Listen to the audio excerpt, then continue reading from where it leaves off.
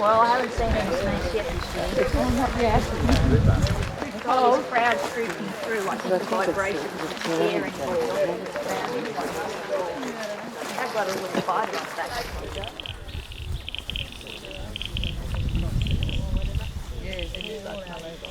Yeah, it's all out.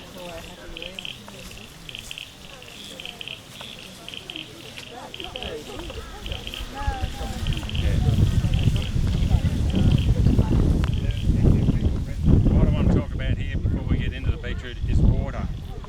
And water's a bit strange because everybody's complaining about water in Australia.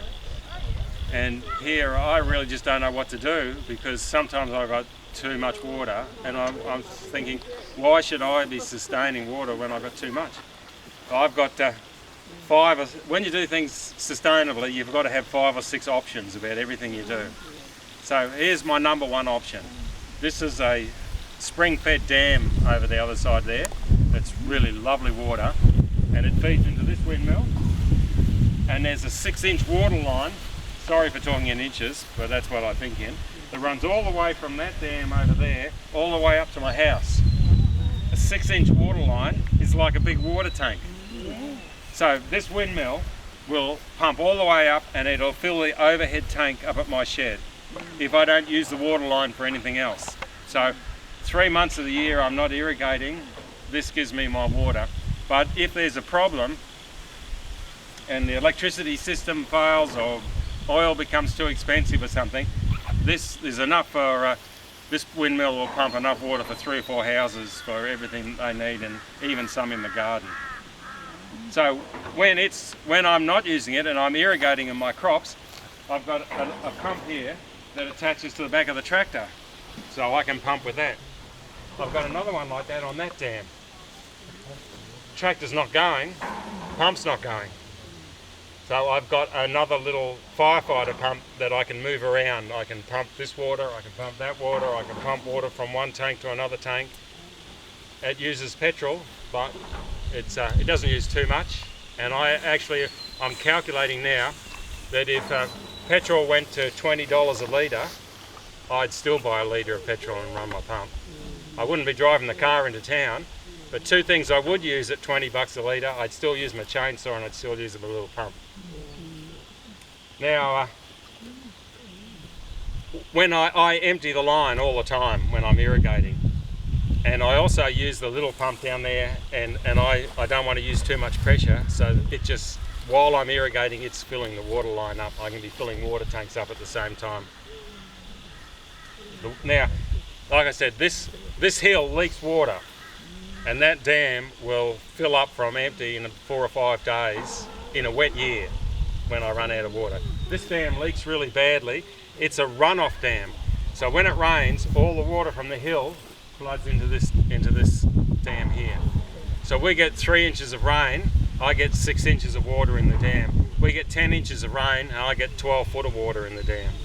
And then it overflows. This dam overflows into that dam overflows back into the creek. So I'm using, except for this one, the spring fed, I'm using the rainfall that falls on my farm. So I figure I can use it any way I like. And I'm not stopping it from going in the creek because 90% of it still goes into the creek when it's wet.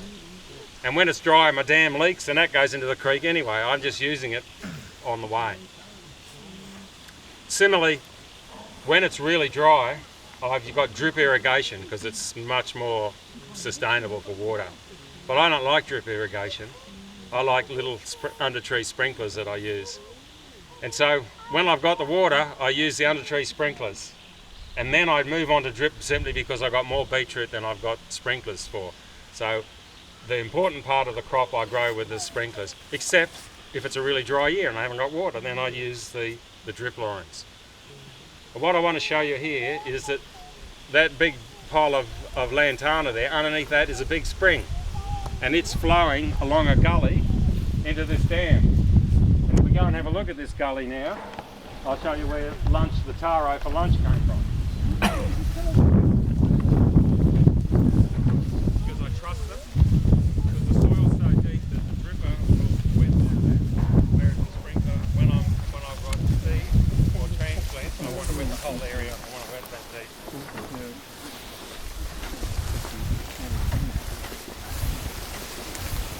How wet this is, and it's still flowing.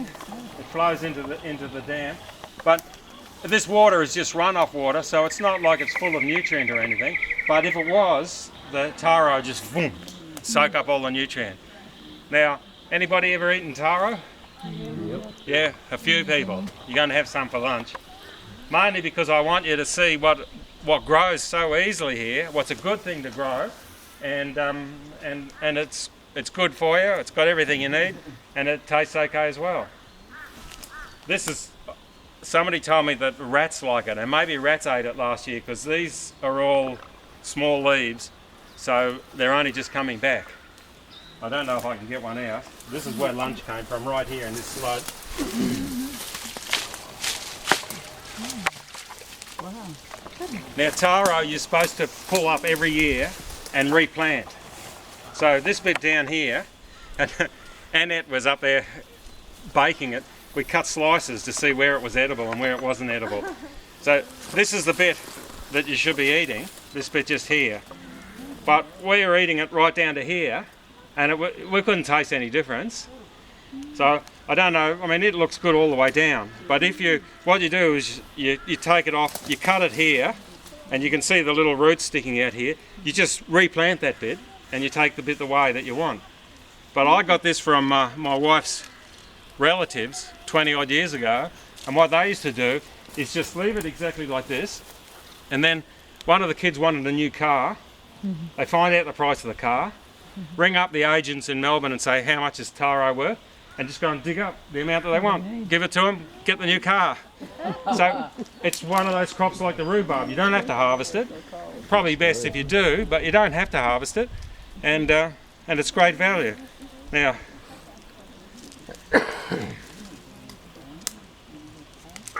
if you look on the internet, there's a million recipes for taro, but that's a bit that you can just go and plant. Who wanted the taro? Sue. Good catch. All this, it's like a pineapple. You know how you get all the roots come out? All these roots, anything with a root on it will grow. So you can drop this into bits and chuck it over your shoulder and it'll grow if it lands in the muck. There's quite a lot there, survival food. Now the one I've got up the hill is a different variety that Dave Forrest gave me. He said it's a better variety, but I've yet to eat it. And there's one, the one right at the end is one of those, and it grows in the swamp just as well as this stuff does. So it grows out in the open, grows in the swamp. One time about 20 years ago I planted some under camphor laurels and never ever watered it, and it died about 8 years later. But it's a pretty good crop. You're saying you did grow it in the dry? Yep. Yeah, right. It lasted 8 years before it died. Yeah. So does it hybridise, Dave? Does it hybridise the different taros? I don't think it has any seeds or anything. Yeah, I think it'd probably stay true, wouldn't it? You feel this. Feel how heavy it is. Yeah, it looks heavy. Sorry. So each one of those is like a bag of potatoes. Now you know the story about Jonah Lomu, who was one of the best rugby union players in Australia, who put his speed and his size down to eating taro, and the market sold out. and then his kidneys failed. They did too. So it may have been steroids disguised as taro, but somebody told me that the taro's got steroid type qualities in it. But once again, 5 hours of work a day is all you need. You don't need anything else. Has this patch grown over the years? Sorry? Has this patch grown over the years? I'm just wondering if it gets to get away on you. Well, everywhere there's a big bunch like that, I would have planted one. And like I say, it might be 20 years, so it's hardly got away. None of them have ever come up the bank. No, they like their water. And it's never gone into the dam or anything like that. It hasn't moved, but it has multiplied, like a banana will.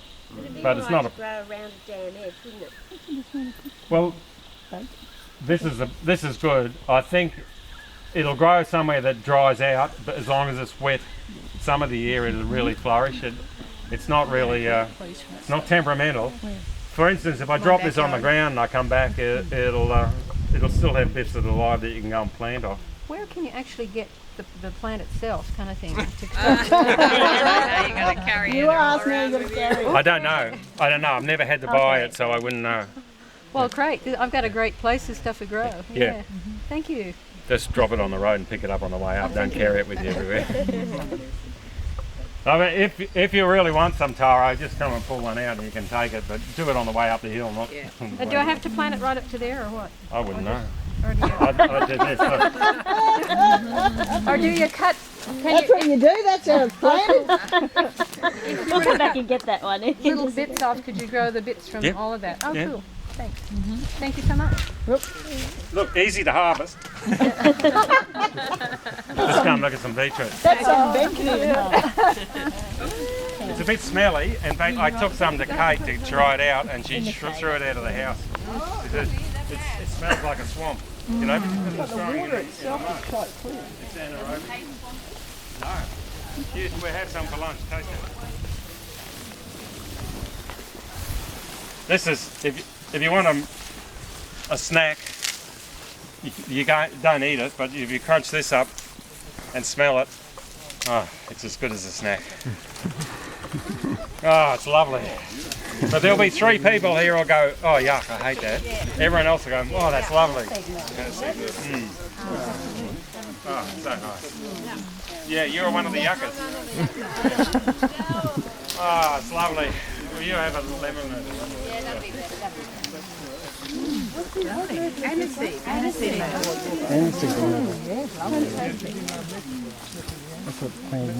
Yeah, we're off that.